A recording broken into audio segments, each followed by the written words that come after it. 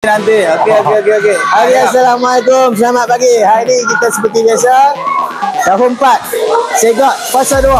Harap semua berjalan lancar dan dimurahkan oleh Allah supaya kita boleh menamatkan ujian Segak fasa 2 tahun 4. Bye-bye. Ada makan tak? Ha? Ada makan tak? InsyaAllah makan-makan ada hari tu beritahu. Kalau tak cukup saya pergi cari hari ni. Bye. Dia bikin koko ada. Assalamualaikum warahmatullahi wabarakatuh. Kita hari ni aktiviti Sega tahun 4. Saya di stesen Tekan Tubi Ustaz. Tengok. Mana? Tekan Tubi Ustaz. Oh, Tekan Tubi. Okey. Okey. Selamat Ustaz. Bye-bye. Tekan Tubi. Tekan Tubi. Ya. Okey. Semua sihat, semua cergas. Tekan eh. Tak ada obesiti eh. Ayo, tak ada habis. Semua sihat. Cepat ambil ni. Tekan sikit. Oi. Assalamualaikum. Hari ini kami bersama-sama dengan murid tahun 4 jalankan aktiviti Sega fasa kedua.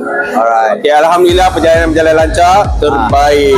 Selamat bersegak tahun 4. 202. Selamat bersegak untuk tahun 4. Hari ini merupakan hari untuk ujian segak bagi tahun 4. Okey, di stesen ini adalah stesen untuk mengukur tinggi dan berat.